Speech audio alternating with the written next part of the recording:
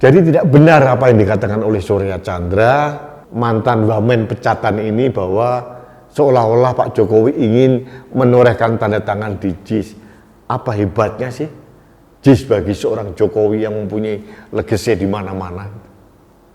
Pak Jokowi tidak mempunyai rekam jejak seperti Anies Baswedan yang suka mengklaim kerja orang lain.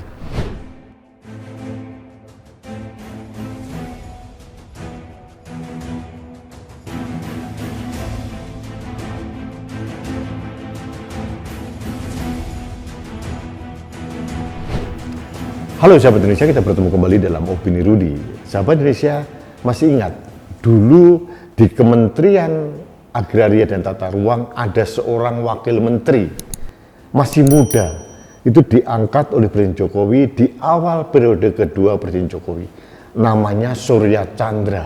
Dulu dia politisi dari Partai Solidaritas Indonesia atau PSI. Belum genap masa pengabdiannya selama 5 tahun di Kementerian ATR BPN, yang bersangkutan direshuffle, diganti dengan Raja Juli, mantan sekjen dari PSI. Yang terjadi, ini Surya Chandra ini orang yang menurut saya tidak tahu malu gitu, tidak tahu diri. Begitu dilengserkan jadi wakil menteri di ATR BPN, langsung dia menyatakan diri beroposisi kepada pemerintah, mendukung Anies Baswedan. Artinya ini sama, orang-orang barisan sakit hati berkumpul dalam periuk yang sama. Konon sekarang Surya Chandra ini menjadi juru bicara dari Anies Baswedan untuk kepentingan Capres 2024. Nah, yang terakhir dari Surya Chandra ini mengatakan bahwa pemerintah seolah-olah membuat drama, mengada-ada dalam upaya renovasi Jakarta International Stadium. Dia ngotot bahwa JIS itu sudah sesuai dengan standar FIFA. Ini mindset koplak yang seolah-olah JIS itu miliknya Anies gitu. Saya beberapa waktu yang lalu sudah mengatakan, kalaupun akhirnya pemerintah pusat merenovasi JIS, tidak terkait dengan ini miliknya Anies atau bukan, tapi memang sengaja dibuatkan jauh lebih baik lagi agar JIS ini sesuai dengan standar FIFA. Dan JIS ini bisa dimanfaatkan untuk event-event internasional. Surya Chandra lupa seolah-olah JIS ini dibangun dari kantong pribadinya Anies Baswedan. Padahal 80% dana pembangunan JIS itu didapatkan dari program PEN, Pemulihan Ekonomi Nasional. Artinya JIS dibangun 80% dari bantuan pemerintah pusat. Jadi dramanya di mana? Justru sekarang menurut saya pendukungnya Anies termasuk Surya Chandra membuat drama jadi korban, seolah-olah Anies terzolimi dalam JIS. Mindsetnya kok koplak. Jakpro sebagai pengelola JIS sudah mengakui ada beberapa hal yang harus diperbaiki, terutama masalah akses penonton. Ini untuk keselamatan penonton. Yang kedua, tempat parkir. Yang ketiga adalah ada gendangan-gendangan di sana. Yang keempat, akses transportasi publik mau dibenarkan. Salahnya di mana?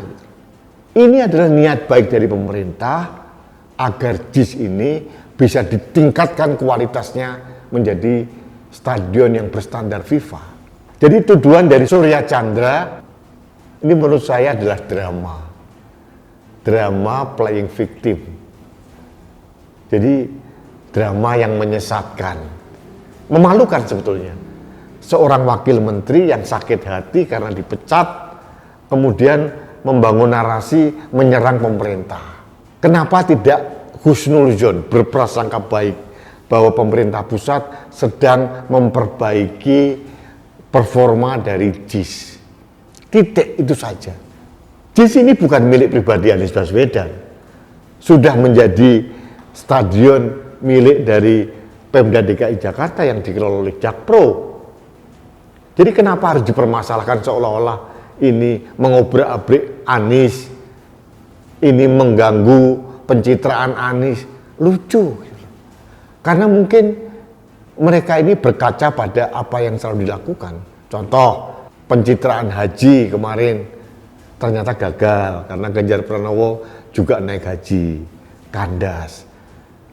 JIS akan dipakai sebagai tempat pencitraan, membangun monumen besar, ternyata dibuka oleh Menteri BUMN, Ketua PSSI Erick Thohir bahwa ternyata JIS tidak sesuai dengan standar FIFA.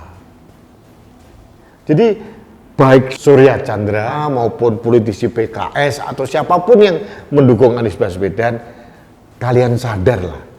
Jadilah manusia Indonesia yang mempunyai prasangka baik. Kalau pemerintah pusat sudah mau mengucurkan dana untuk menyiapkan perhelatan Piala Dunia U17 dengan memanfaatkan JIS, harusnya ini dianggap, dimaknai sebagai itikat baik, penghargaan pemerintah pusat dan PSSI serta FIFA terhadap stadion yang ada di Sunter, Jakarta Utara yang bernama JIS.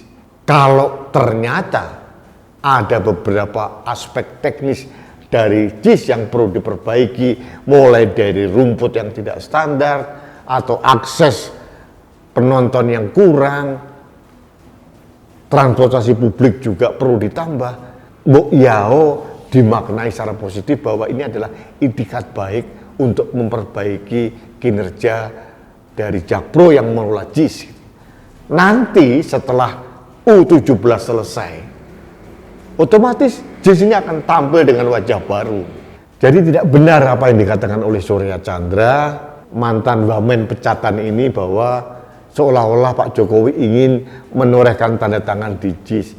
Apa hebatnya sih JIS bagi seorang Jokowi yang mempunyai legacy di mana-mana? Pak Jokowi tidak mempunyai rekam jejak seperti Anies Baswedan yang suka mengklaim kerja orang lain. Jadi Surya Chandra mungkin harus sadar diri. Kalau kamu sakit hati karena dipecat jadi wamen, janganlah berbuat kebodohan dan menebarkan kesesatan kepada masyarakat. Itu saja yang ingin saya sampaikan pada kesempatan ini. Baik sahabat Indonesia, terima kasih Anda telah mengikuti Opini Rudy.